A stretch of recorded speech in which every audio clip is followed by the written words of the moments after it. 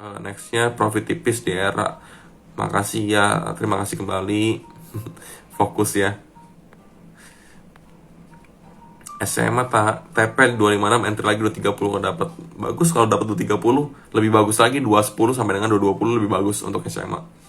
Friend Waran 2 ya, ini Friend Waran 2 ini gorengannya enak sih nih. Ini gorengan eranya sih Friend Waran 2. Saya dulu punya satu portofolio tuh yang isinya kebanyakan waran semua. Salah satu jagoan saya tuh Friend Waran 2 ya. Teman-teman bayangin ya, dari harga 15 itu kalau kita naikin sampai 26 aja, harga sekarang 26 ya. Itu naiknya 40% loh. Gila ya kenaikan harga Friend Waran. Sorry, bukan harga Friend. Alpin masih bisa cicil. Saya ya bisa aja sih. Cuman saya sekarang lagi suka TPMA sih ya. Saya lagi nyicil TPMA. Saya nyicil terus TPMA. Kemarin kalau misalnya turun cicil terus. Di bawah 400 pokoknya saya maksimal beli TPMA di angka 400. Lebih dari 400 saya nggak mau beli TPMA. Tapi selama dia di bawah 400 saya beli terus TPMA gitu ya. Nyicil. Sido gimana? Saya belum lihat Sido hari ini. Sido distribusi parah ya. Distribusinya besar ya Sido nih ya. Waduh, turun lagi Sido ya. Turun berapa nih? Sido turun tipis kok nih, 1,3% dong. Oh, dia gap up ya. Sido sempat naik ya. Dia gap up dulu, habis itu dia turun ya untuk Sido. Pantesan turunnya cuma 1,3%. Tunggu aja teman, ini masih distribusi untuk Sido ya. Sabar sedikit ya untuk Sido. Jangan terlalu barbar. Tapi saya ingin infoin ke teman-teman semua, di Sido itu ada gap. Di angka berapa gapnya Wim? 840. Ingat, tidak ada suatu hukum yang menyatakan gap harus ditutup. Tapi permasalahannya karena semua pengajar menginformasikan gap harus ditutup. Maka dari itu, kalau misalnya kita melihat suatu keyakinan seperti ini, wah, ini kok orang-orang percaya bahwa gap harus tutup. Ya udah, berarti kalau kita tahu ada gap di 840 ya, tutup gap 840, kita nggak usah sampai 840, kita jualan 820 aja udah jualan gitu untuk Sido gitu ya. Ya itu contohnya seperti itu. Jadi biarin orang-orang yang punya uang uang lebih yang menggambar chartnya, kasarnya seperti itu. Oke ya, itu untuk Sido. TPMA SL di berapa? Kalau soalnya gini sih ya, TPMA itu saya jangan lihat ini, jangan lihat satu hari demi satu hari, susah temennya. Kan saya udah bilang dari awal kan, dan bahkan saya udah buatin video TPMA ya. TPMA itu cashnya itu adalah dia di buyback ya. Dia tuh buyback maksimal angka 500. Jadi kalau teman-teman lihatnya hari demi hari ini retail yang beli, kemarin retail yang beli. Lah, teman-teman nggak ngelihat data selama seminggu, nggak ngelihat data selama sebulan, nggak ngelihat data selama setahun segala macam, atau mungkin teman-teman nggak membayangkan data minggu depan, data bulan depan, data 3 bulan lagi, karena TPMA bukan untuk trading teman-teman. TPMA untuk diinvest, karena di situ ada isu buyback. Nanti dia akan jadi salah satu pengangkut nikel terbesar di Indonesia segala macam. Armada kapalnya akan bertambah banyak segala macam. Jadi ada proyek-proyek tertentu yang kita nggak bisa nilai dengan hari ini retail yang ngambil, kemarin retail yang ngambil. Nggak bisa, beda dengan saham-saham yang memang kita mau trading, yang dengan tujuannya adalah day trader ya, untuk day trader, untuk daily trading gitu ya. Kalau memang tujuan itu ya beda, kita lihatnya hari ini siapa yang ngambil, oh retail, ya udah jangan ambil dulu gitu. Jadi agak berbeda sudut pandangnya ketika kita melihat saham A, saham B, saham C gitu ya. Jadi masih dipilah-pilah sih menurut saya pribadi ya. Jadi kita nggak bisa menyimpulkan bahwa hari ini yang ambil retail, kemarin yang ambil retail, sahamnya jelek, nggak bisa dibilang kayak gitu. Cuman jeleknya TPMA, saya harus informasikan di awal, sahamnya sangat tidak liquid. Jadi kalau mau masuk jangan gila juga, jangan barbar juga. Wim, saya kan kaya raya, nih Wim. Saya kalau masuk saham nggak bisa, nominalnya 10 juta itu gatel, saya nggak bisa 10 juta. Saya minimal beli saham itu 50 juta, 20 juta. Wah itu sih barbar teman sih, barbar banget sih. Saya aja kalau beli sahamnya aja, kalau misalnya memang targetnya ngumpulin 10 juta misalnya, saya mau beli sebanyak 10 juta rupiah. Ya saya belinya juga nggak langsung 5 juta enggak. Saya kadang-kadang belinya sejuta, kadang-kadang berapa ratus ribu. Yang penting kita nggak merubah atau merusak bid offernya gitu. Tapi kalau nggak ada waktu untuk melakukan hal itu, ya langsung aja hajar, tapi jangan barbar juga. Dibikin berapa antrian, jangan langsung antri 1000 lot, 500 lot, jangan. Itu terlalu ketara pakai cara itu, ya kita antrinya pelan-pelan. Antri 20 lot, antri lagi 30 lot, antri lagi 50 lot gitu. Jadi pelan-pelan. Jangan langsung barbar gitu. Intinya kita jangan merusak bid over lah, jangan merusak bid over orang lain. Nah, oke ya. MTEL gimana? Saya males bahas MTEL karena valuasinya mau gimana pun saya masih net tower sih. Susah teman-teman ya. Jadi kalau misalnya teman udah analisa tower dan udah membandingkan valuasi tower, MTEL dan juga si Tebik, teman-teman pasti akan susah berpaling dari tower. Percaya deh, coba aja, coba analisa sendiri. Saya juga cicil TPMA, semoga cicil TPMA-nya bukan karena saya nyicil TPMA juga ya, tapi karena memang dianalisa ulang ya. Sorry, selalu disclaimer on di sini. Avia properti naik apa chat juga naik. nanti dibalikin loh.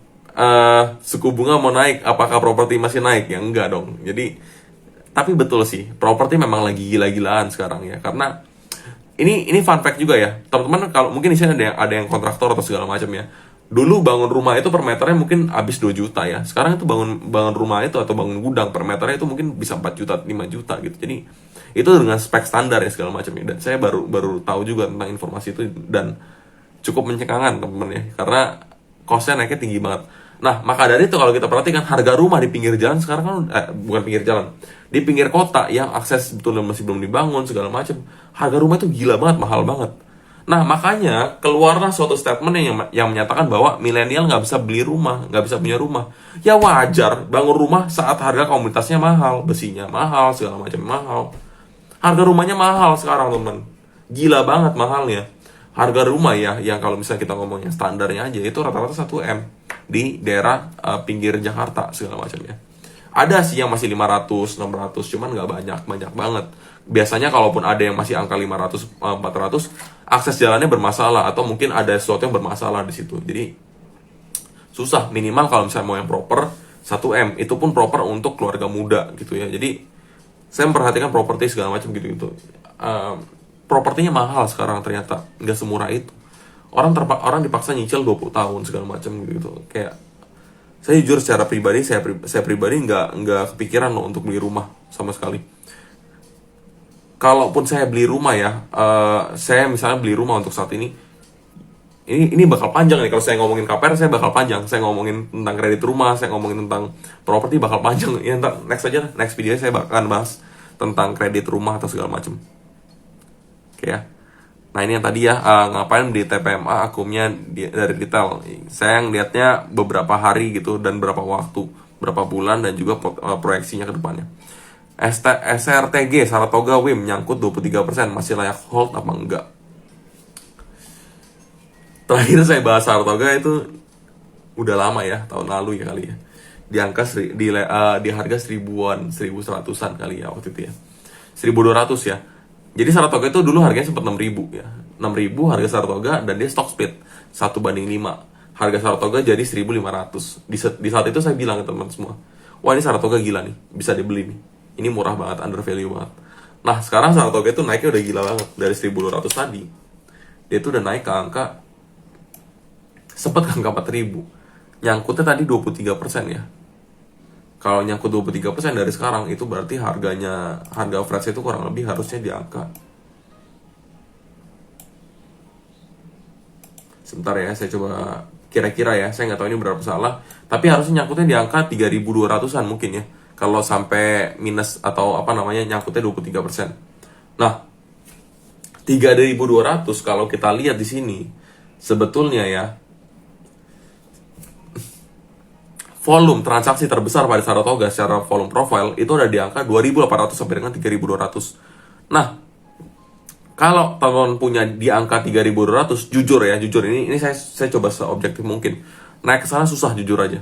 Karena banyak yang ketahan di angka 2.800 nih. Banyak retail yang mungkin punya barang atau mungkin nyangkut di angka 2.800. Dan 3.200 ya lebih tepatnya. 2.800 sampai dengan 3.200. Jadi kalau misalnya memang sampai mau naik pelan-pelan ke 2.800 terus ke 3.200 susah, teman, agak-agak berat. Perjalanannya berat lah intinya lah. Saya nggak berani bilang itu nggak mungkin, tapi saya berani pastikan itu berat. Jangan. Saya nggak berani pastikan. Saya berani bilang secara data kemungkinan besar itu berat ke 3.200. Ya cuman teman-teman jangan artikan Ketika saya ngomong ini artinya udah pasti cut loss. Ya nggak gitu juga gitu. Saya bukan dukun juga gitu. Kayak nikel-nikelan pada punya gap semua di atas. Ya itu salah satunya lah kenapa saya bullish nikel. Oke. Diartikan ya. Kalau Raffi Warren untuk besok gimana? Saya nggak sentuh saham IPO, saya nggak sentuh. Walaupun ada suatu artikel yang beritanya adalah tentang, atau judulnya tentang ini ya. Harga saham Raffi lebih murah dibandingkan harga kebabnya. Saya pun tetap nggak beli, teman-teman. Tetap nggak beli. Saya kurang suka saham-saham yang apa ya, terdengar seperti dipromosikan atau apa. Saya jujur belum baca prospektus segala macam sih, tapi saya kurang suka lah. Saya kurang suka jujur aja. Secara bisnis, secara produk saya suka, tapi secara saham saya belum dulu gitu ya. Jadi apalagi induknya saya nggak tertarik, apalagi warannya. Kalau dulu waktu saya masih bullish di Friend, saya tuh beli Friend waran 2 itu banyak gitu. Saya suka Friendnya ya. Kenapa saya beli Friend waran 2-nya ya karena itu kan saya juga suka sama Friendnya gitu. Untuk Raffi saya skip. Yang jelek menurut bukan yang jelek ya, yang saya skip atau yang saya kurang begitu suka membahas ya, bukan berarti itu jelek menurut bukan berarti itu udah pasti jelek ya. Teman-teman mungkin tahu sesuatu yang saya nggak tahu, jadinya ya.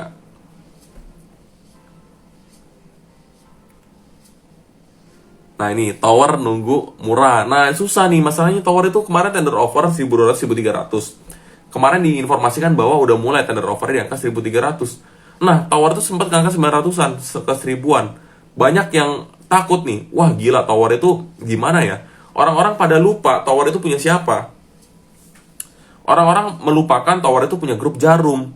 Dimana kalau kita lihat saham BBCA, dari tahun ke tahun, sahamnya itu pergerakannya itu uptrend, strongly uptrend. Ya, tower gimana? Lah tower grup Jarum juga. Harga sahamnya, setiap grup saham punya historical pergerakan saham yang sama kurang lebih, karena mereka supirnya kasarnya gitu ya. Jadi kalau misalnya kita lihat grup MNC, grup Lipo, grup Bakri segala macam, grup MTech ya atau grup apa segala macam, semuanya itu punya pergerakan yang kurang lebih sama di setiap sahamnya gitu ya. Jadi kalau misalnya teman tahu ya BBCA itu seperti apa, harusnya teman tahu tower itu seperti apa secara teknikal dan by data ya.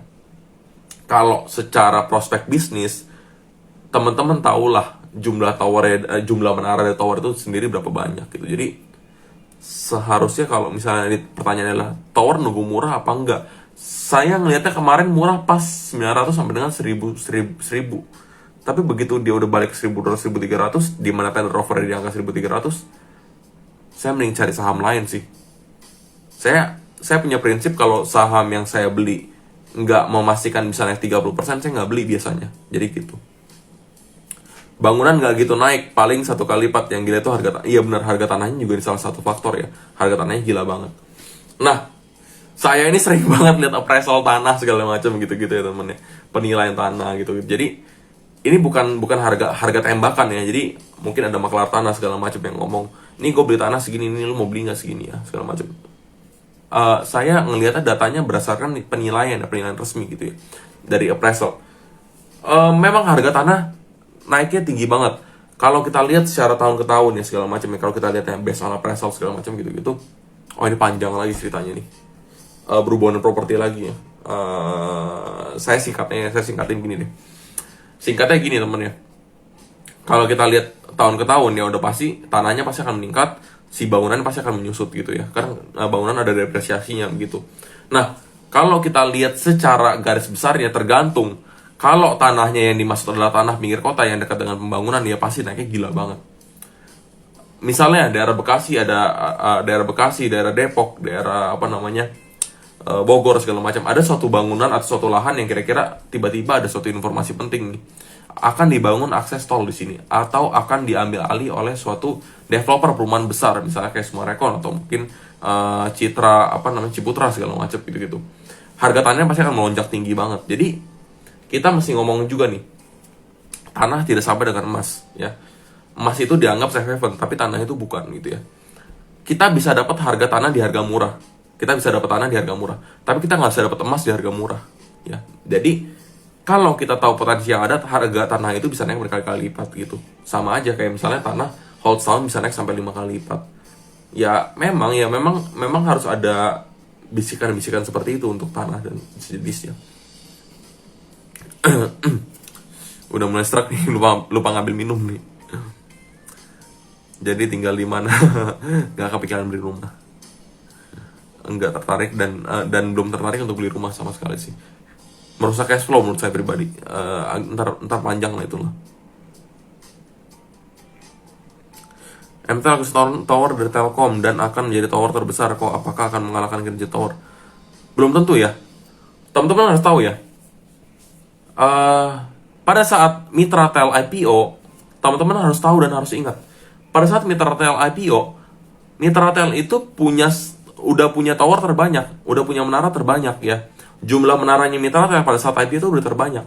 Tapi kalau kita bandingkan dengan kinerjanya Tower pada saat itu yang adalah sebagai pemilik menara terbanyak nomor 2, kinerja Tower masih bagus, masih lebih bagus. Jadi bukan berarti mengakuisisi banyak tower artinya udah pasti kinerjanya membaik. Walaupun by data seharusnya iya. By manajemen who knows ya. Kan kita kan ngomongin kan nggak cuma masalah bisnisnya doang, tapi kan kita ngomongin secara manajemennya juga gitu ya. Who knows gitu secara manajemen. Jadi balik lagi ke manajemen juga kita mesti perhatikan. Orang jumlah menara terbanyak nomor 2 bukan nomor 1 ya. Nomor 2 aja kinerjanya udah seperti itu kok, apalagi nanti jika nomor 1. Nah, monggo diartikan. Cara ngeliat partisipasi retail nyangkut rata-rata di berapa, lihatnya dari mana? Pakai volume profile. Paling gampang volume profile. Ntar saya bahas ya, panjang juga ya. Jadi saya mau coba meringkas nih. Udah 1 jam 20 menit soalnya bahasnya. Kenafir. Tadi Kenafir yang bahasannya. Sebentar. Topiknya tadi tentang sebentar. Oke ya. Tower punya menara terbanyak. Ya, itulah 11-12. Tower dan Mitratel itu ya, terakhir ya, pada saat Mitratel IPO, itu jumlah menara Mitratel itu hanya lebih banyak sekitar puluhan doang, puluhan atau 100 gitu, dibandingkan dengan jumlah menaranya si Tower ya. Nah, kemarin ada akuisisi segala macam, ini itu ada pengembangan segala macam ya. Kalau terupdate-nya saya jujur kurang begitu tahu gitu. Harga rumah 1M di pinggir Jakarta dikontrakan dapatnya 30-40 juta sudah dikontrak dapat. Nah, ini mungkin orang yang arti properti pasti lebih tahu lah, tapi di properti itu ada rumusnya 3 sampai dengan 5% gitu ya. 3 sampai 5% itu adalah harga sewa tahunan. Contoh, saya punya rumah atau saya punya properti harganya 1M. Biasanya harga sewanya adalah 30 sampai dengan 50 juta. Betul. Kalau diambil range 30 sampai 40 juta per tahun gitu ya. Karena memang 3 sampai 4%, 3 sampai 5% adalah base dari harga sewa suatu properti gitu ya.